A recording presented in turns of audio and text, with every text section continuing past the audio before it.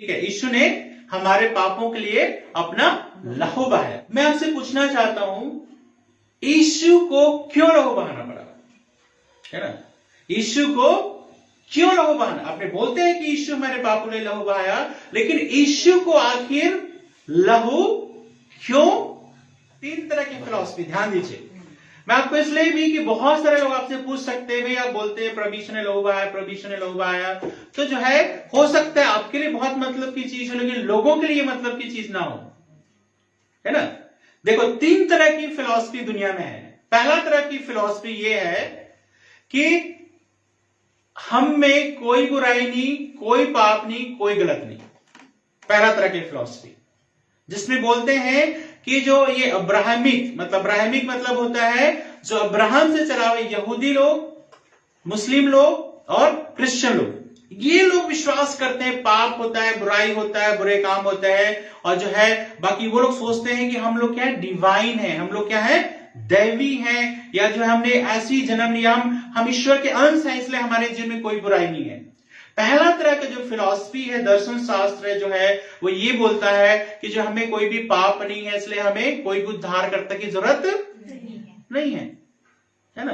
आप जब उनको बोलते हैं हमने यीशु को उद्धारकर्ता के रूप में ग्रहण किया, ये क्या होता है ना, क्योंकि वे विश्वास ही नहीं करते कि हमने पाप किया है, क्योंकि वो सोचते हैं हम सब जो है ईश्वर के अंश है, तो हम क्या है, सब ईश्वर के बेटे और बेटियां हैं, ईश्वर के स्वरूप में हैं। और आप जानते हैं भारत देश की बहुत सारी फिलॉसफी जो है इस पे विश्वास करता है। यदि पढ़ोगे, सही ढंग से पढ़ोगे, तो आपको पता चलेगा, क्योंकि फिलॉसफीज कोई नहीं पढ़ता है, जो दर्शन है कोई नहीं पढ़ता। भारत देश के बहुत सारे जो सेक्ट है, दर्शन है, इस बात पे विश्वास करते हैं कि तुमने कोई पाप नहीं किया, तुमने कोई बुराई नहीं की, कोई भी चीज पाप नहीं है, कोई भी चीज बुराई नहीं है ना। एक चीज, जब मैं कल परसों एक वीडियो देख रहा था, साउथ इंडिया के एक बहुत प्रसिद्ध व्यक्ति है, एक प्रसिद्ध गुरु है, आपने कभी देखा होगा, बहुत उनका नाम है।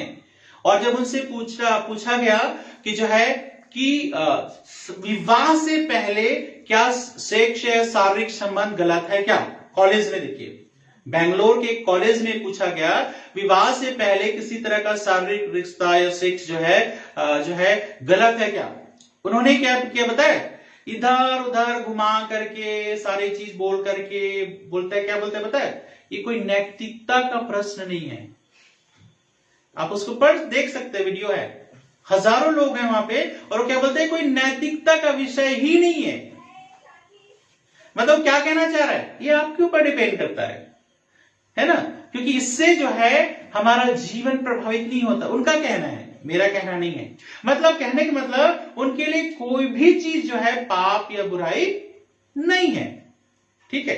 तो उनके लिए ये जो है, वो लोग सोचते भी नहीं कि पाप क्षमा क्या होता है, मरने के बाद क्या होता है। मतलब वो सोचते हैं कि ईश्वर जो है सब कुछ जो है, हम ईश्वर स्वरूप में है, तो जो कुछ कर रहे हैं ईश्वर हमारे अंदर होके कर रहा है, हमें किसी चीज की परवाह नहीं है, ठीक है। पहला तरह के लोग। दूसरी तरह के लोग वो है जो विश्वास तो करते हैं कि जो है पाप हमने किया है, लेकिन पाप क्षमा कैसे होगा, उसके विषय में उनका विश्वास क्या है ना। वो विश्वास करते हैं कि हमने पाप किया, हमारे जीवन में पाप है, लेकिन ये पाप क्षमा कैसे होंगे, उसके विषय में क्या विश्वास करते पता है, वो बोलते हैं कि शायद हम कुछ अच्छे काम कर लेंगे, है ना, अपने जीवन को कुछ सत्संग में लगाएंगे, है ना। अभी एक सत्संग एक बहुत बड़ा एक विषय बना हुआ है पूरे मतलब जो है दुनिया में, है ना, कि एक व्यक्ति पाप क्षमा कैसे प्राप्त कर सकता है, तो सत्संग में जाकर के किसी भी गुरु से क्या करे, दीक्षा ले ले, है ना, और उसके द्वारा जो है जब आप सत्संग में जाओगे तो आप गुरु की सुनोगे, तो गुरु क्या करेगा, आपके सारे पाप को परमेश्वर से बोल के क्षमा करवा देगा, आपको किसी भी बात की चिंता नहीं है। मतलब आपने गुरु वहां पे जाके गुरु दीक्षा ले ली, तो मतलब आपके पास ऑलरेडी आपको सोचने का विषय नहीं है ना। बहुत सारे लोग विश्वास करते हैं कि जो है अभी आने वाला जो है कुंभ है ना, कुंभ आने वाला है, काफी बड़ी तैयारी, लाखों लोग, इवन करोड़ों लोग, लाखों के करोड़ों लोग आएंगे और वो विश्वास करते हैं कि हरिद्वार में या जहां जहां भी कुंभ लगता है, कभी उज्जैन में सिंहस्थ जो होता है, वहां पे यदि हम जो है पवित्र नदी जो गंगा नदी में यदि हम जो है स्नान कर ले, एक सही समय पे, एक सही दिन पे जो है स्नान कर ले, तो हमारे सारे पाप, है ना।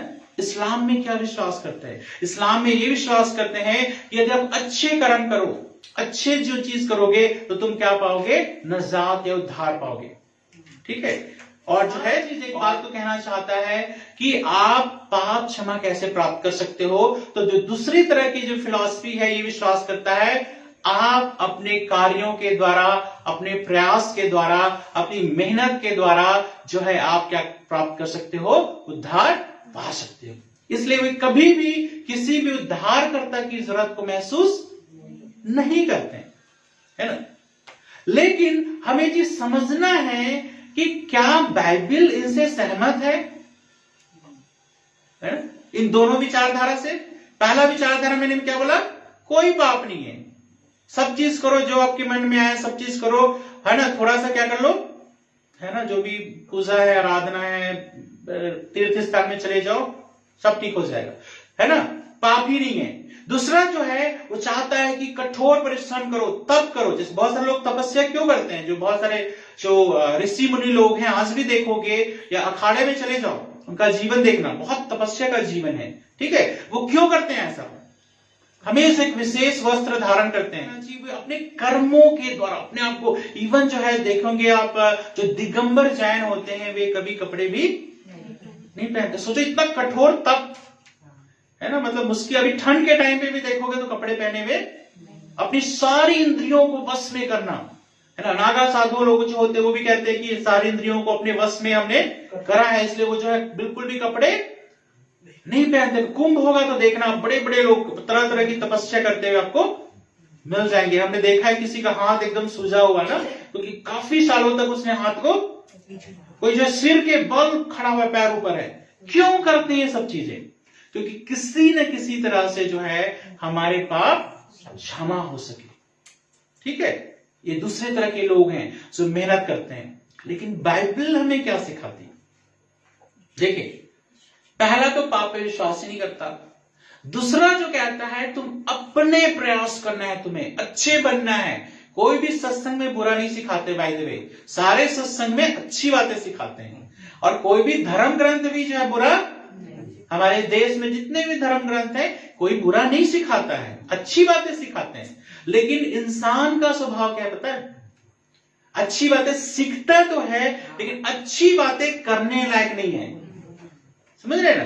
तो क्या अंतर है कि एक इंसान जो है अपने प्रयास से जो है उद्धार नहीं पा सकता है। इसका 25 पद में ऐसा लिखा है, देखिए, यीशु ने उससे 25 में ऐसा कहा, यह सुनकर चेलों ने बहुत चकित होकर कहा, फिर किसका उद्धार हो सकता है?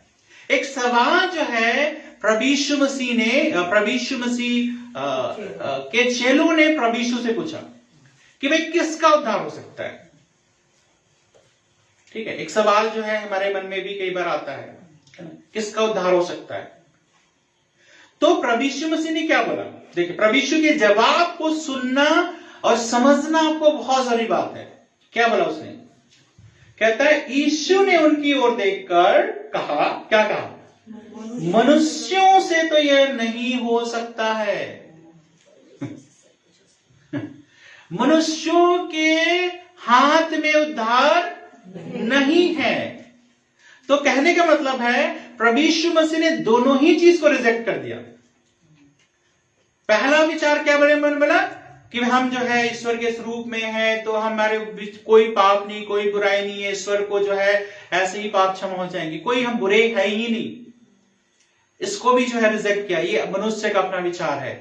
दूसरा विचार क्या है? हम अपने धार्मिक क्रियाकलापों से, तपस्या से, बहुत सत्संग में करने से, अपने आप को धोने से, या प्रतिदिन कठोर जो है नियम धर्म का पालन करने से जो है हम क्या प्राप्त करेंगे, उद्धार प्राप्त करेंगे।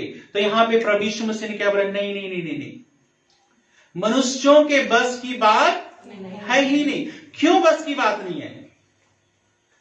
क्योंकि केवल कुछ काम करने के द्वारा मनुष्य पूरी तरह से पवित्र नहीं हो जाता।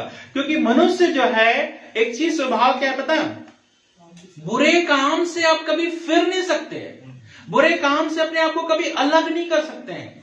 हमेशा जो है, चाहे आप कितने भी जो है अपने आप को कठोर परिश्रम कर ले, कभी कितने भी है ना चीजों को जो है कर ले, लेकिन फिर भी जो है आप पूरी तरह से परमेश्वर के स्टैंडर्ड से जो है पूरी तरह पवित्र नहीं हो सकते। अपने स्टैंडर्ड्स हो सकते हैं, हाँ, अपने आप को मान सकते हैं मैं धर्मी व्यक्ति हूं, या आप दूसरों के स्टैंडर्ड्स को हो सकते हैं कि दूसरों को दिखाने के बोलेंगे वाह कितना धार्मिक व्यक्ति है, लेकिन जो है परमेश्वर के स्टैंडर्ड से बिल्कुल भी नहीं हो सकते हैं। ठीक है, तो कैसे उद्धार हो सकता है? परमेश्वर के द्वारा। तो क्या अंतर है धर्मों में और प्रभु यीशु मसीह में? क्या अंतर है? अंतर समझ रहे हैं आप? अंतर समझ रहे हैं? जब लोग कहते हैं कि सभी धर्म समान है, तो आप केवल हाँ हाँ ठीक है बोल रहे हो। हाँ, कुछ बातें समान है, लेकिन जो सबसे मूल बातें हैं वो क्या है? उद्धार की बात, पाप क्षमा की बात। और बाकी में जो है सिखाया जाता है कि जो है आप अपना कर्म करो, अच्छे काम करो, अच्छे व्यक्ति बनो, तो तुम्हारा उद्धार होगा। या सिखाया जाता है कि तुम्हें उद्धार की जरूरत ही नहीं, क्योंकि तुम दैवी प्रकृति को, डिवाइन हो, तुम ईश्वर के अंश हो, है ना।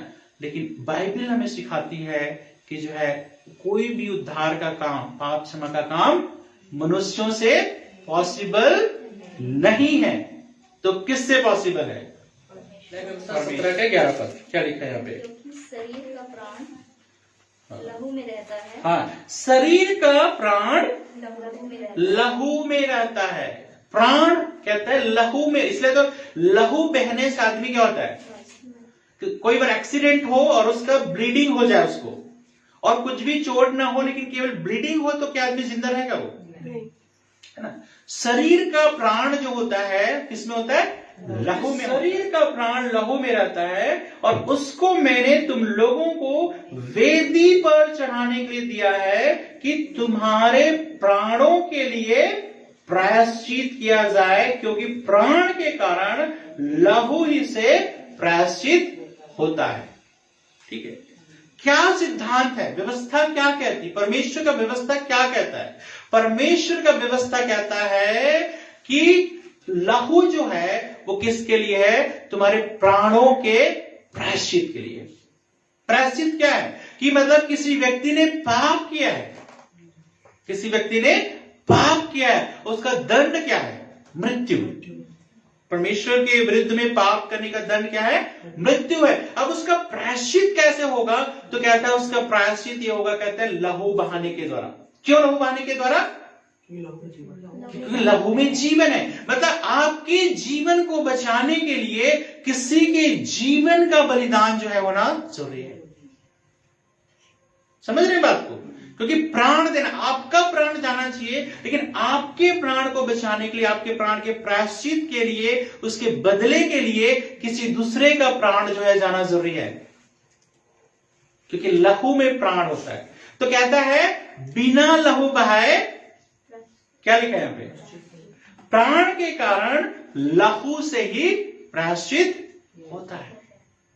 देखिए, हमारे पापों का प्रायश्चित जो होता है वो किसके द्वारा होगा? लहू के द्वारा होगा। बिना लहू बहाए पापों के लिए कोई प्रायश्चित नहीं है। इसीलिए जो है हम बलिदान प्रथा को देखते हैं। आज भी बहुत सारे जगहों पे बलिदान प्रथा है, कुर्बानी है, और ऐसा कोई भी धर्म नहीं है, ऐसे कोई भी जाति नहीं है जो बलिदान ना करते हो। चाहे आप अंदर में जो एकदम जंगल में भी चले जाओ, जिन्होंने कभी कोई कुछ पढ़ा नहीं धर्म ग्रंथ, वो अभी भी बिना कपड़े के रहते हैं, वो भी क्या करते हैं? बलिदान करते हैं। यदि इस्लाम में भी चले जाओ, कुर्बानी के बारे में जिक्र है। ठीक है, हमारे हिंदू धर्म ग्रंथ में भी जाओगे तो बहुत बार जो है बलिदान पहले किया जाता था। यज्ञ भी क्या है? यज्ञ के बारे में सुनते हो, यज्ञ में आहुति दी जाती थी, है ना। वो कई बार डिबेट का विषय हो जाता है कि क्या चीज की आहुति दी जाती थी, लेकिन फिर भी आहुति देना था। यज्ञ में क्या होता है, क्या बोलते हैं, स्वाहा। स्वाहा का मतलब क्या होता है, सब खत्म, स्वाहा। ठीक है, मतलब चीजों को हम क्या करते हैं, बलिदान करते हैं, उसमें चढ़ाते हैं। और जो है बलिदान प्रथा जो है वो पूरे मनुष्य जाति में जो है प्राय जाता था, क्योंकि लहू के द्वारा कहता है प्राणों के लिए क्या होता है, प्रायश्चित। इब्रानियों 9 अध्याय के 1 पद से देखिए यहां पे क्या लिखा है, परमेश्वर का वचन क्या कहता है। उस पहली वाचा में भी सेवा के नियम थे और ऐसा पवित्र स्थान था जो इस जगत का था, क्योंकि एक तंबू बनाया गया। पहले तंबू में दीवट और मेज और भेंट की रोटियां थी और वह पवित्र स्थान कहलाता है। दूसरा पर्दे के पीछे वह तंबू था जो परम पवित्र स्थान कहलाता है। उसमें सोने की धूपदानी और चारों ओर सोने से मढ़ा हुआ वाचा का संदूक और उसमें मन्ना से भरा हुआ सोने का मर्तबान और हारून की छड़ी जिसमें फूल फल आ गए थे और वाचा की पट्टियां थी। और उसके ऊपर दोनों तेजोमय करूब थे जो प्रायश्चित के ढकने पर छाए हुए थे। इनका एक एक करके वर्णन करने का भी अवसर नहीं है। अब देखिए, शायद ये नया होगा आप लोगों के लिए, लेकिन परमेश्वर ने जब अपने लिए जो है जब कहा कि मैं तुम्हारे इस्राएलियों को जो परमेश्वर ने चुना है ना, और उसने कहा एक प्रजा के रूप में, एक जाति के रूप में जो है परमेश्वर ने जब उसको चुना इब्राहिम के वंश से, जब वो मिस्र देश में गुलामी में थे, और प्रभु ने बोला मैं तुम्हें एक प्रजा के रूप में क्या करता हूं, मैं तुम्हें कनान देश में क्या करूंगा, मैं पहुंचाऊंगा। तो पता है जब वो जंगल में गए, जब मिस्र देश से निकले, तो प्रभु ने क्या बोला पता है, मैं तुम्हारे साथ साथ चलना चाहता हूं, मैं तुम्हारे राजा के रूप में तुम्हारे साथ मैं रहना चाहता हूं। लेकिन इसके लिए कैसे होगा, मेरी उपस्थिति कैसे होगी? तो कहता है उसके लिए उसने क्या किया, मूसा को बोला कि तुम मेरे लिए क्या बनाओ, एक तंबू बनाओ, टेबरनेकल बनाओ। ठीक है, और वो तंबू जो है टेबरनेकल में क्या होगा बताया, उसमें यदि आप पुराने नियम को आप पढ़ोगे, खासकर जो निर्गमन की किताब है उसमें आपको जो है ये सारी चीजें मिलेगी, निर्गमन व्यवस्था, विवरण, लय व्यवस्था में। वहां पे एक तंबू बनाया गया जो टेबरनेकल, वो बाकी तंबू से अलग होता था जहां लोग तंबू बना के रहते थे। ये परमेश्वर का तंबू कहलाता था और उसमें 3 भाग थे। ठीक है, सबसे पहला भाग था वो क्या था, आंगन था। ठीक है, सबसे पहले उस तंबू में प्रवेश करने में सबसे पहले क्या था, आंगन था। और एक आम लोगों की जो पहुंच थी वो जो है केवल आंगन तक थी, मतलब लोग जो है तंबू के अंदर नहीं जा सकते थे, जो दूसरा भाग है या तीसरा भाग है वहां तक नहीं जा सकते थे। ठीक है, तो वो कहां तक जा सकते थे, केवल आंगन में जाकर के क्या कर सकते थे, प्रवेश कर सकते, आंगन तक उनकी पहुंच थी। और आगे यहां पे क्या लिखा है, दूसरा स्थान क्या था, हाँ पवित्र स्थान। उसमें क्या था, दीवट, मेज और भेंट की रोटियां थी और वह पवित्र स्थान कहलाता। पहला जो है आंगन है, दूसरा क्या है, पवित्र स्थान। ठीक है, और पवित्र स्थान में क्या होता था, ये सारी चीजें थी जो भी हमने बोला, दीवट थी और मेज थी, भेंट की रोटियां थी, और वो क्या करता था, पवित्र स्थान कहलाता था। और वहां पे क्या होता था, 6 पद को जब पढ़ेंगे वहां पे क्या होता था, देखा ये वस्तुएं इस रीति से तैयार हो चुकी, उस पहले तंबू में, मतलब पहले भाग में याजक हर समय प्रवेश करके सेवा का कार्य संपन्न करते थे। देखो पहला भाग में किसकी एंट्री है, आम पब्लिक की, आंगन में। लेकिन जो पवित्र स्थान में कौन जा सकता है, केवल याजक, केवल याजक जा सकता है। और वहां पे क्या करता है, प्रतिदिन सेवा का काम करता है। वहां पे क्या करता है, प्रतिदिन वहां पे जो है सेवकाई होती, प्रतिदिन वहां पे जाकर के वो जो भी धूप जलाना, क्या क्या चीज था वहां पे, जैसे हमने पढ़ाई है, ठीक है ना, और वो वहां पे जाकर के सेवा काम करता। केवल कौन जाता था, याजक जाते थे। लोगों की एंट्री बिल्कुल मनाही थी, है ना। यदि पुराने नियम के अनुसार चले तो जो है कोई भी व्यक्ति याजक बन के खड़ा नहीं हो सकता था समझ रहे हैं, केवल जो लेवी के घराने थे, जो हारून के घराने के थे, वही लोग याजक बनते थे। ठीक है, जैसे अभी के समय में क्या होता है, कोई भी खैर प्रभु ने दिया है, लेकिन आजकल क्या होता है, कौन पास्टर बन जाता है? पास्टर का बेटा। नहीं, पास्टर के बेटे हर कोई पास्टर मतलब खैर प्रभु ने दिया है, हर कोई सेवकाई कर सकता है, ऐसा नहीं है।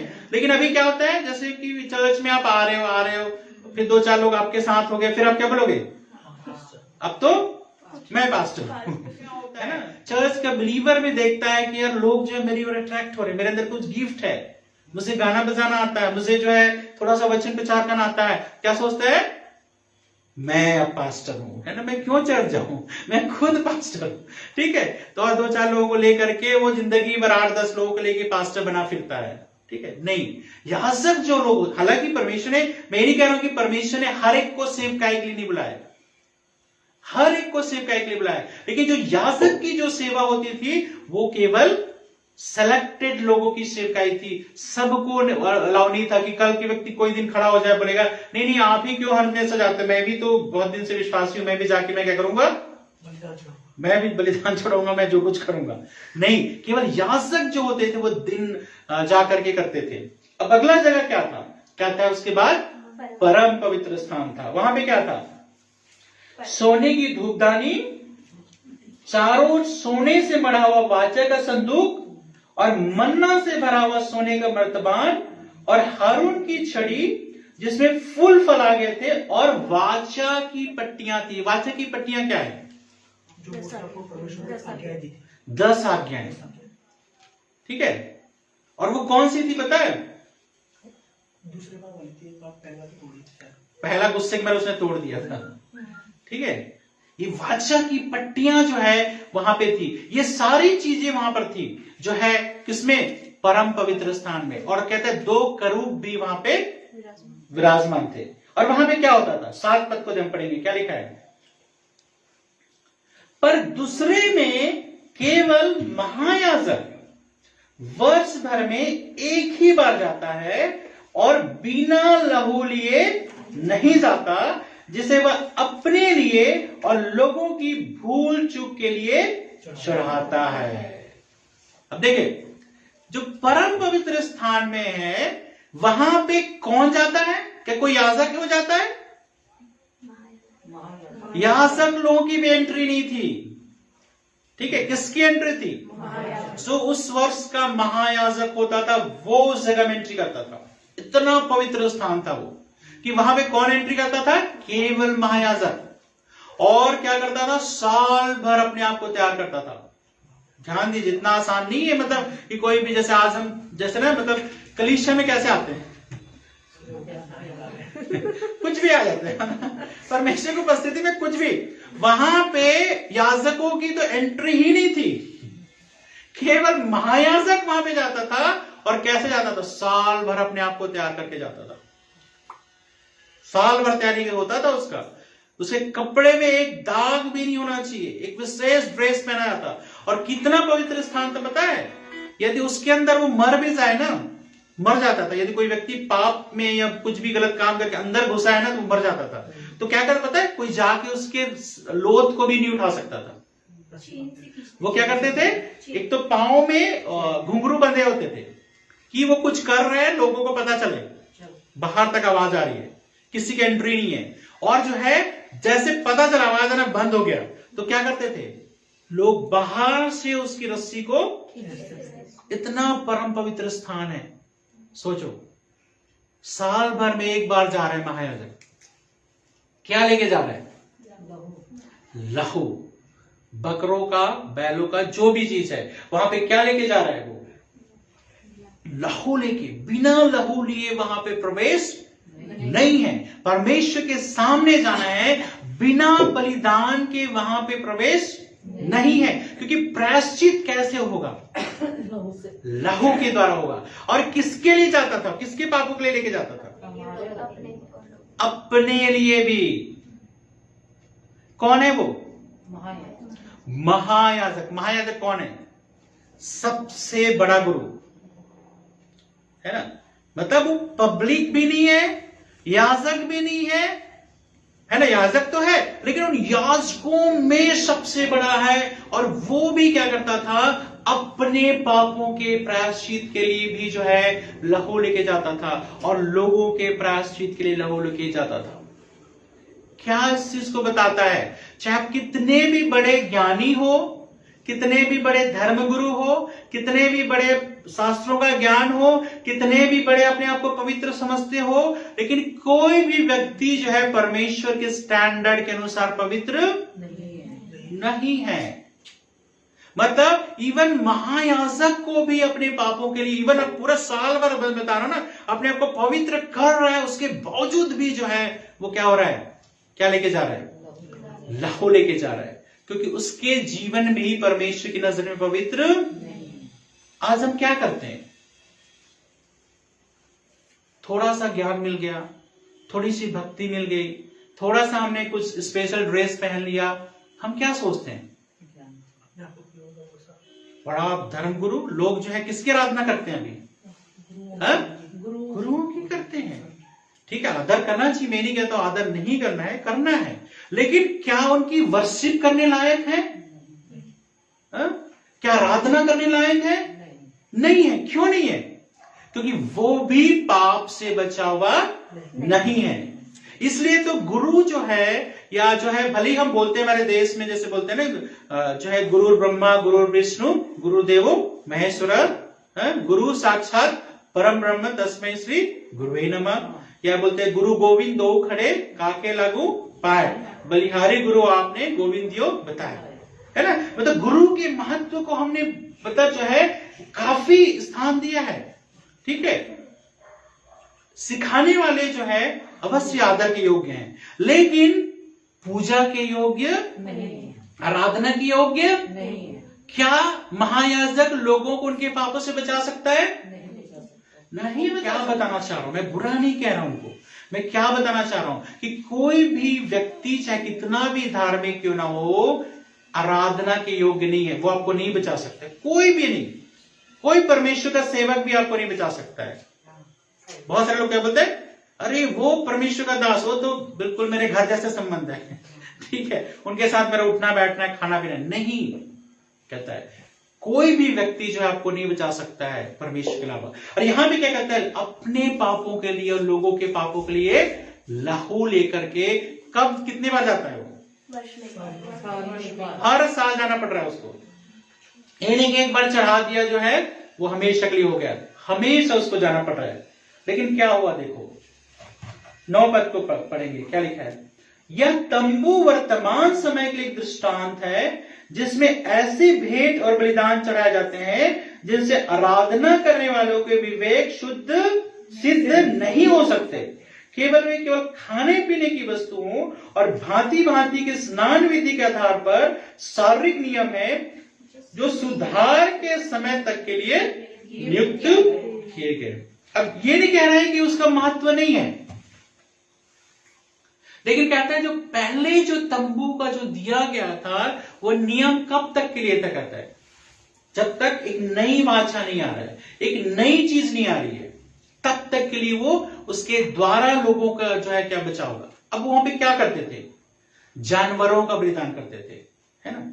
आज भी जो है पहाड़ों में कई जगह पे जाओ, आजकल तो खैर बहुत सारा बंद हो रहा है धीरे धीरे करके, लेकिन बहुत सी जगह आज भी क्या होता है?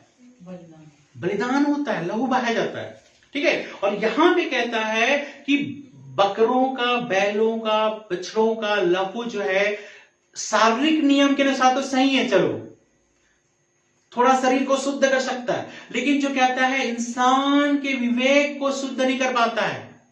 इसलिए तो जो है एक व्यक्ति का जीवन नहीं बदलता है, एक व्यक्ति का जीवन वो सब चीज करता रहता है, पहले की तरह करते रहता है, और उसको कोई भी फर्क नहीं पड़ता। पहले की तरह बुराई भरा उसका जीवन है, कुछ भी फर्क उसको नहीं पड़ता है, क्योंकि कोई भी जो है कहता है जानवरों का जो लहू है वो जो इंसान को पवित्र नहीं कर सकता, केवल सुधार के समय तक के लिए कहता है, लेकिन जो है वो जो है इंसान के विवेक को जो है, और कहते उसमें क्या नियम धर्म है, ये नहीं खाना वो नहीं खाना, ऐसे नहीं पहनना वैसे रहना, दुनिया भर के नियम धर्म है, लेकिन वो इंसान के जीवन को बदलता नहीं है।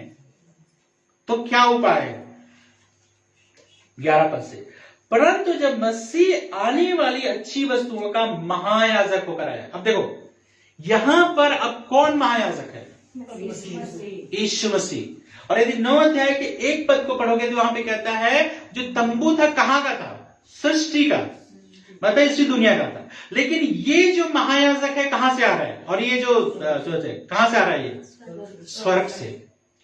मनुष्यों की बस की बात नहीं है, चाहे कोई भी कितना भी बड़ा महान मनुष्य हो, उसके बस की बात नहीं है। तो यहां पे परमेश्वर कह रहे उस काम को पूरा कर रहा है। और क्या हो कह रहा है? महायाजक हो करा रहा है। और कैसे हो रहा है? कहता है अच्छी वस्तुओं का महायाजक होकर आया, तो उसने और भी बड़े और सिद्ध तंबू से होकर। पहला तंबू क्या था? हाथ का बनाया तंबू था। लेकिन ये जो तंबू है कह रहा है जो किसके द्वारा स्थापित हो रहा है? परमेश्वर की तरफ। सिद्ध तंबू है, बड़ा तंबू है, सिद्ध तंबू है। और कहता है इस सृष्टि का जो हाथ से बनाए हुए नहीं है, इस सृष्टि का नहीं है। पहले ही बताया कि परमेश्वर के द्वारा ही उद्धार हो सकता है, किसी इंसान के द्वारा नहीं। 12 पद, और बकरों और बछड़ों के लोहू के द्वारा नहीं। देखो यीशु मसीह जो है कुछ बलिदान चढ़ाने नहीं आए थे, जैसे महायाजक चढ़ाते थे, बकरों और बछड़ों का लोहू चढ़ाने लगा। लेकिन किसके लहू पे है? अपने ही लहू के द्वारा। ठीक है। यदि जो पुराने नियम में जो चढ़ाया जाता था, जो बकरे और बछड़ों का लहू, कैसे लोग को चढ़ाते थे? कैसा चढ़ाते थे? निर्दोष। निर्दोष का मतलब क्या है? जिसमें कोई दोष हो, मतलब सब चीज हो, उसकी आंखें भी अच्छी हो। ठीक है। ये नहीं कि कोई मरा हुआ जानवर मिल गया, जिसका कोई वैल्यू नहीं है। मरा हुआ जानवर मिल गया, उसको कोई वैल्यू नहीं है। जैसे होता नहीं कि मतलब गाय है जो दूध नहीं दे रही तो बाहर छोड़ देते, उस तरह की नहीं है। क्या होता था? जो सबसे बेस्ट होता था वो क्या करते थे? निर्दोष को बलिदान करना। कई बार ऑफरिंग को भी बोलते हैं ना, ऑफरिंग को क्या बोलते हैं? बलिदान बोलते हैं ना। लेकिन कई बार ऑफरिंग में हम क्या चढ़ाते हैं? कई बार जो सबने मना कर दिया। कई बार ऐसा होता है, देखा गया, मतलब कि वो दुकान वाले ने बोल दिया कि नहीं नहीं ये नहीं चलेगा, तो क्या करें? चुपके से उसमें डाल दो। बहुत सारी चर्च में होता है, मैं बहुत सारी जगह गया हूं, मुझे पता है। जो कहीं नहीं चल रहा है वो चुपके से उसमें डाल दो, किसी को पता ही नहीं। या ये कौन सी चीज हम देते हैं? सबसे छोटी चीज, मतलब ना। लेकिन पता है बलिदान कौन सी चीजों से होता है? सबसे बेस्ट चीज से होता था। जो बेस्ट हो, जो सबसे अच्छा हो, आपके पास सबसे उत्तम हो, है ना। परमेश्वर के पास आप बलिदान लेकर आ रहे हो, परमेश्वर को, है ना, भीख नहीं दे रहे हैं। भीख नहीं दे रहे हैं। भीख दे रहे हो क्या होता है? कोई भी आया मांगने वाला ले, जो भी है 1-2 रुपये पकड़ा दिया है, थोड़ा चावल दे दिए। परमेश्वर के पास ऐसे हम नहीं आते हैं। परमेश्वर के पास आ रहे हैं, निर्दोष बलिदान होता था और पूरा परिवार जो है पैसे इकट्ठा करता था उस बलिदान के लिए, और सबसे बेस्ट से बेस्ट जो खरीद सकते थे। अभी जब वो कुर्बानी होती है, देखा है जो क्या होता है उसमें? देखना कैसे बिकता है, देखा है उसमें जो सबसे बेस्ट होता है। कोई जो पैसा वाले क्या पता है, कोई 10,000 का चढ़ा रहा है, कोई 20,000 का, कोई 30,000 का, जितना उसके पास वो चीज है, मतलब सबसे बेस्ट जो है वो करना चाहता है। लेकिन हम परमेश्वर के लोग क्या करते हैं? कभी सबसे कुछ काम नहीं है, चलो आज चर्च चल लेते हैं। है ना, कुछ काम नहीं आज, मतलब कुछ भी नहीं है ना, आज कुछ भी करने के लिए नहीं है, चलो चर्च चल लेते हैं। या जो है अरे थोड़ा सा चलो दे दो परमेश्वर के लिए, या थोड़ा सा जो नहीं चल रहा है कहीं पे दे दो। नहीं, परमेश्वर आपके मन को देखता है। ध्यान दीजिए, जब प्रभु यीशु मसीह ने क्या देखा, उस विधवा को देखा जब उसने 2 दमड़ी डाल दी थी। हाँ, अब बोलोगे 2 दमड़ी का भी वैल्यू है, लेकिन उसके पास उतना ही था। उसने क्या, ये मतलब नहीं कि मैं बोल रहा हूं कि आपको कि आपके पास जितना पैसा चर्च में लाके दे दो, गलत होगा। जो परमेश्वर का हिस्सा है वो परमेश्वर को दो, बाकी आपका हिस्सा अपने लिए जो कुछ करो, परमेश्वर उसमें वो चीज नहीं है। तो यहां पे बेस्ट से बेस्ट बलिदान वो लोग क्या करते थे। लेकिन कहता है यहां पर यीशु मसीह क्या लेके आया? कहता है अपने लहू को लेकर आया। अब हम क्या विषय पे चर्चा कर रहे हैं? क्यों यीशु को बलिदान होना पड़ा? क्या स्वर्ग से पाप क्षमा कर सकता था?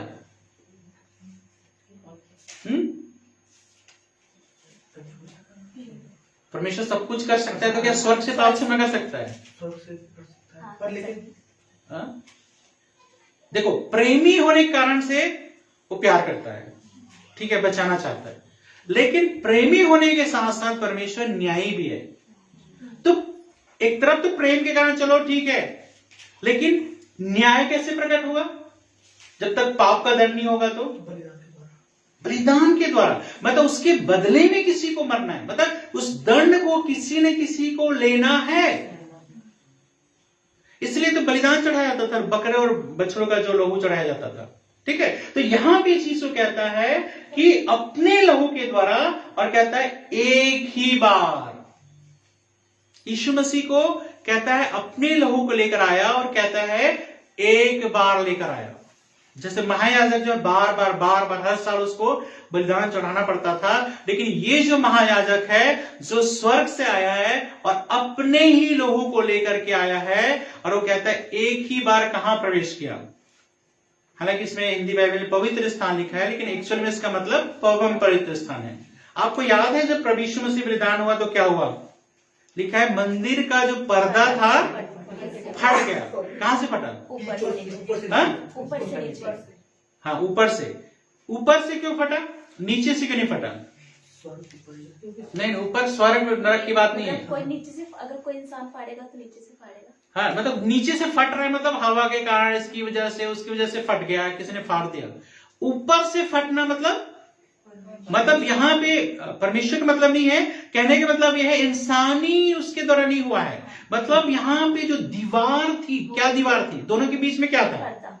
है ना, एक तो आंगन था, आंगन के बीच में पर्दा, और उसके बाद परम पवित्र स्थान, उसके बाद परम पवित्र स्थान। तो कोई भी व्यक्ति जो है परम पवित्र स्थान में जा नहीं सकता था। और जो यरूशलेम में जो मंदिर था वो तंबू का ही रूप था, तंबू जैसा था वैसे ही ये भी था। तो यहां पे कहता है जब प्रभु यीशु का बलिदान हुआ तो क्या वो मंदिर का पर्दा जो है, जो दोनों के बीच की जो दीवार थी, मतलब परमेश्वर, ये इस बात का प्रतीक है कि परमेश्वर ने क्या किया, ये बीच की दूरी को उसने मिटा दिया। अब हर एक व्यक्ति जो है कहां सकता, कहता है परमेश्वर के पास एंट्री कर सकता है। समझ रहे हैं ना बात को? अब यहां पे एक व्यक्ति को किसी दूसरे की जरूरत कि उसके द्वारा एंट्री होगा, छुटकारा प्राप्त किया, अनंत छुटकारा प्राप्त किया, हमेशा के लिए छुटकारा, हमेशा के लिए छुटकारा परमेश्वर ने उपलब्ध कराया। इसलिए जो है हर साल बलिदान करने की जरूरत नहीं है ना। कहता है प्रभु यीशु मसीह ने एक बार जो है सारी मनुष्य जाति के लिए जो है क्या किया, उसने उसके बदले में जो है प्रायश्चित किया। अब एक सवाल उठता है, भाई मैं, बहुत सारे लोग आपसे बोलेंगे मैं तो उस समय जन्मा ही नहीं था जब प्रभु यीशु मसीह ने जो है बलिदान हुआ, मैं तो उस समय जन्मा ही नहीं था, तो मेरा पाप कैसे ले सकता है जब मैंने उस समय कुछ किया ही नहीं है, मतलब मैं हूं ही नहीं, तो कैसे जो है मेरे पाप क्षमा हो सकते हैं, है ना। तो यीशु मसीह क्या लेके गया है, जैसे महायाजक क्या करता था, लहू लेकर जाता था, किसके लिए? सारे जो है इस्राएलियों के लिए, सबके घराने के लिए लेकर जाता था, है ना। क्या उस समय डिफरेंस कर सकते थे किसका लहू है किसका लहू नहीं है? ऐसे एक बार वो बलिदान करके वो लेकर के जाता था, और उस बलिदान के द्वारा उन सब की जो है पापों की क्षमा के लिए होता था। उसी तरह से यीशु मसीह ने सारी मनुष्य जाति के बदले में किया। तो ये सब पे प्रभावी होता है, चाहे यीशु मसीह के आने से पहले आए, चाहे बीच में आए, चाहे बाद में आए, कहीं से भी हुआ जो है कहता है सबके ऊपर प्रभावी होता है। और दुनिया में जितने भी लोग आएंगे अभी और उन सब के लिए एक ही बार बलिदान है, अनंत छुटकारा है, एक ही बार का बलिदान है। ठीक है, फिर क्या कहता है 13 पद में, क्योंकि जब बकरों और बैलों का लहू और कलोर की राख का अपवित्र लोगों पर छिड़का जाना शरीर की शुद्धता के लिए उन्हें पवित्र करता है। जब तक ये बलिदान जो बेस्ट बलिदान नहीं आया था, तब तक उनकी सुरक्षा कैसे होती थी, उनकी शरीर की पवित्रता कैसे होती थी? कहते उनके ऊपर लहू छिड़का जाता था, और जो है कहते कलोर की राख जो छिड़का जाता था, उनके क्या करता था, शरीर को टेम्पररी रूप से क्या करता था, वो पवित्र करता था, शरीर को टेम्पररी रूप से पवित्र करता था। लेकिन यहां पर कहता है 14 पद, तो मसीह का लहू जिसने अपने आप को सनातन आत्मा के द्वारा परमेश्वर के सामने निर्दोष कराया। किसके द्वारा? सनातन आत्मा। तो हम भी सनातन धर्म वाले हैं, ठीक है ना। बोलते हैं ना सनातन धर्म शुरू से चला रहा है, हमारा परमेश्वर ही सनातन आत्मा है, मतलब हमेशा से रहने वाला परमेश्वर है, ठीक है। दुनिया के बनने से पहले तो हम भी सनातनी है, ठीक है, कोई ये ना कहे कि हम सनातनी नहीं है, ठीक है। तो यहां भी कहता है मसीह का लहू जिसने अपने आप को सनातन आत्मा के द्वारा परमेश्वर के सामने निर्दोष चढ़ाया। प्रभु यीशु का लहू, दुनिया में कोई भी इंसान पवित्र नहीं हो सकता है केवल परमेश्वर को छोड़ करके। और यीशु का जो बलिदान है पवित्र इंसान का बलिदान है, और इंसान के बदले में इंसान का मरना जरूरी था, और कोई भी इंसान पवित्र निर्दोष नहीं हो सकता था। इसलिए जो परमेश्वर को स्वयं इस संसार में आना पड़ा, नहीं तो बाकी किसी भी चीज के लिए परमेश्वर को आने की जरूरत नहीं है। क्या फिर भी परमेश्वर को फिर से अवतार लेने की जरूरत है, जन्म लेने की जरूरत है कि नहीं तुम्हारे जो मैं आशीष देना चाहता हूं, मुझे जन्म लेने की जरूरत है, या किसी को जो है मैं नष्ट करना चाहता हूं, जो है मुझे आने की जरूरत नहीं। भूकंप आता है, सब धड़ धड़ गरीब अमीर सब स्वाहा, ठीक है। बारिश होती है, देव स्वाहा, सबका घर डूबता है, ठीक है। किसी कोई वो नहीं है। तो यहां पे मतलब ये चीज है, कहता है एक ही बार जो है प्रभु यीशु मसीह ने जो है सारी चीजों को जो है चढ़ाया। तो क्या होगा, कैसे चढ़ाया? निर्दोष चढ़ाया। तो तुम्हारे जो चीज है, कहता है सबसे बड़ी बात यह है कि यहां पे कहता है, प्रभु का वचन कहता है क्यों चढ़ाया, क्या करेगा, इसका काम क्या है? कहता है इसका काम यह है तुम्हारे विवेक को मरे हुए कामों से क्यों ना शुद्ध करेगा। देखो पहला वाला में क्या था, पहले के बलिदान में क्या था कि वो बलिदान लोगों के विवेक को शुद्ध, जीवन को बदल नहीं सकता था।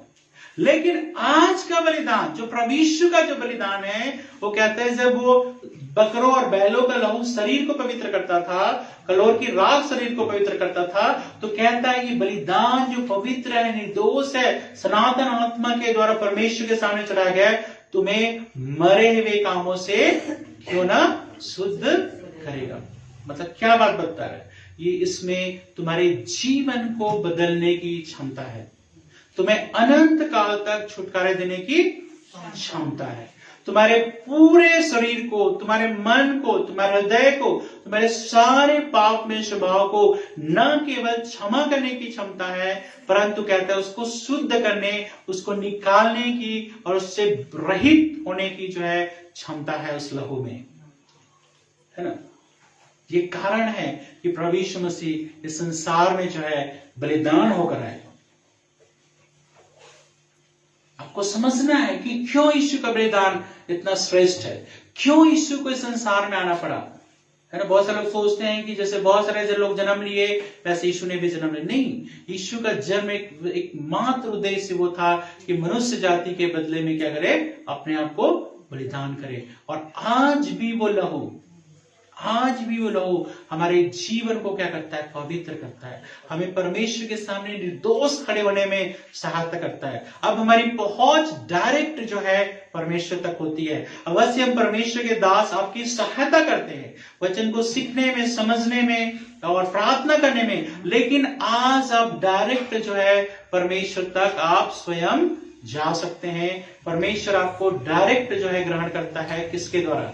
यीशु के लहू के द्वारा जो है आपके जीवन को क्या करता है, ग्रहण करता है, आपके जीवन को बदलता है, आपके शरीर को बदलता है, आपके मन को बदलता है। लेकिन वो आपके ऊपर है, क्या उस लहू को जो है आप अपने जीवन में लेते हैं। उससे कहते हैं प्रभु जो लहू बहाया गया उसको मैं अपने जीवन में लेता हूं। ऐसे में प्रार्थना करें, अपनी आंखों को बंद करें, और खासकर उन लोगों के लिए भी प्रार्थना कर रहा हूं जो लोग इस समय ऑनलाइन देख रहे हैं। इस समय प्रार्थना करता हूं कि प्रभु का लहू हम सबके जीवन को पवित्र करने पाए, और जो भी इसको देखता है, सुनता है, उसके जीवन भी पवित्र होने पाए। आइए हम प्रार्थना करें। प्रभु यीशु, आपका लहू जो आपने क्रूस पर बहाया हमारे जीवनों को पूरी तरह से पवित्र करता है, शुद्ध करता है। प्रभु इसी वक्त हमारी प्रार्थना है, हमारी विनती है, हमारी दुआ है, प्रभु एक बड़ा काम प्रभु से होने पाए यीशु मसीह के नाम से। आज प्रभु जो उस बलिदान को जो क्रूस पर किया गया प्रभु हमारे पापों के लिए, जिसके द्वारा हमें क्षमा मिलती है, बिना लहू बहाए कोई पापों की क्षमा नहीं, कोई पापों का प्रायश्चित नहीं, लेकिन यीशु मसीह ने अपने लहू बहाकर हमारे पापों के लिए प्रायश्चित किया है।